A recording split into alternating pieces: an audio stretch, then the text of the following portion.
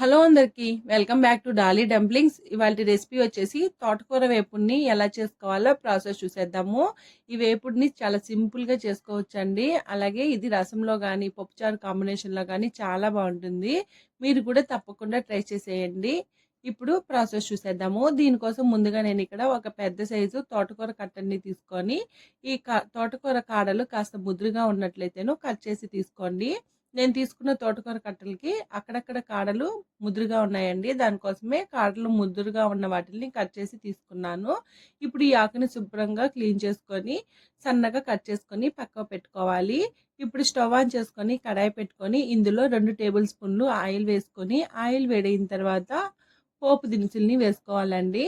ఈ పోపు దినుసుల్ని లైట్గా వేయించుకున్న తర్వాత ఇప్పుడు ఇందులో సన్నగా పొడవుగా కట్ చేసుకున్న ఒక మీడియం సైజు ఆనియన్ తరుగు, అలాగే 2 రెమ్మల కరివేపాకు వేసుకొని ఆనియన్స్ కలర్ చేంజ్ అయ్యే వరకు వేయించుకోవాలి. ఆనియన్స్ని మరీ ఎక్కువ మాడబెట్టాల్సిన అవసరం లేదండి, లైట్గా వేయించుకుంటే సరిపోతుంది.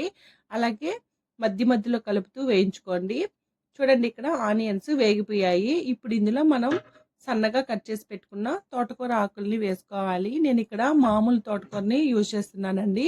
ఈ తోటకూరలో కొయ్య తోటకూర అని కూడా ఉంటుంది, దానితో కూడా చేసుకోవచ్చు. టేస్ట్ అయితే ఏం చేంజ్ అవ్వదు.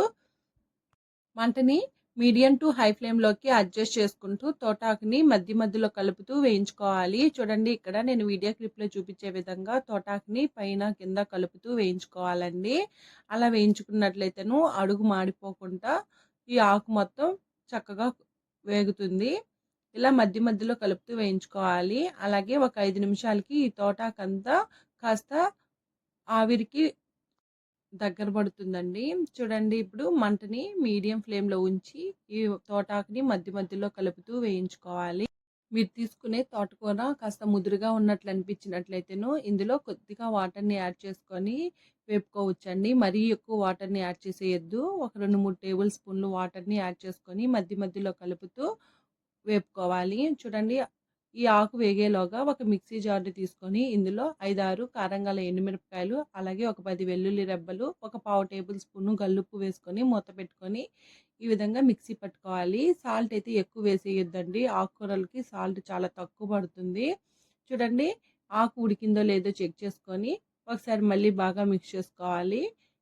ఇప్పుడు ఆకు ఉడికిందో లేదో చెక్ చేసుకోవాలండి. అలాగే వాటరు ఏమైనా ఉన్నట్లయితేను ఆ వాటర్ కూడా ఆవిరైపోయే వరకు మధ్య మధ్యలో కలుపుతూ వేపుకోవాలి. అలాగే ఈ తోటాకులో మనం ఆయిల్ వేసాం కదండి, ఆ ఆయిల్ సపరేట్ అయ్యే వరకు మధ్య మధ్యలో కలుపుతూ వేపుకోవాలి. ఇప్పుడు ఇందులో ఒక 1/2 టేబుల్ స్పూను పసుపు వేసుకొని ఒకసారి బాగా మిక్స్ చేసుకోవాలి. మంటని మీడియం ఫ్లేమ్లో ఉంచి ఈ ప్రాసెస్ చేసుకోవాలండి. ఇలా బాగా వేపుకున్న తర్వాత ఇప్పుడు మనం ముందుగా మిక్సీ పట్టి ఉంచుకున్నాం కదా వెల్లుల్లి కారాన్ని కూడా ఇందులో వేసుకొని ఈ వెల్లుల్లి కారం ఈ ఆకుకు పట్టేలాగా బాగా మిక్స్ చేసుకోవాలండి. ఈ వెల్లుల్లి కారం వేసుకొని తోటకూర వేపుని చేసుకోవడం వల్ల టేస్ట్ అయితే చాలా బాగుంటుంది. అలాగే మంటని లో ఫ్లేమ్లో ఉంచి ఈ వెల్లుల్లి కారం అంతా ఈ ఆకుకు పట్టేలాగా బాగా మిక్స్ చేసుకొని ఒక 2 నిమిషాలు వేపుకోవాలి. సాల్ట్ సరిపోయిందో లేదో చెక్ చేసుకొని సాల్ట్ని కూడా అడ్జస్ట్ చేసుకోవాలండి. అంతేనండి, ఇంకా స్టవ్ ఆఫ్ చేసేసుకొని ఈ తోటకూర వేపుని వేడి వేడిగా సర్వ్ చేసుకోవడమేనండి.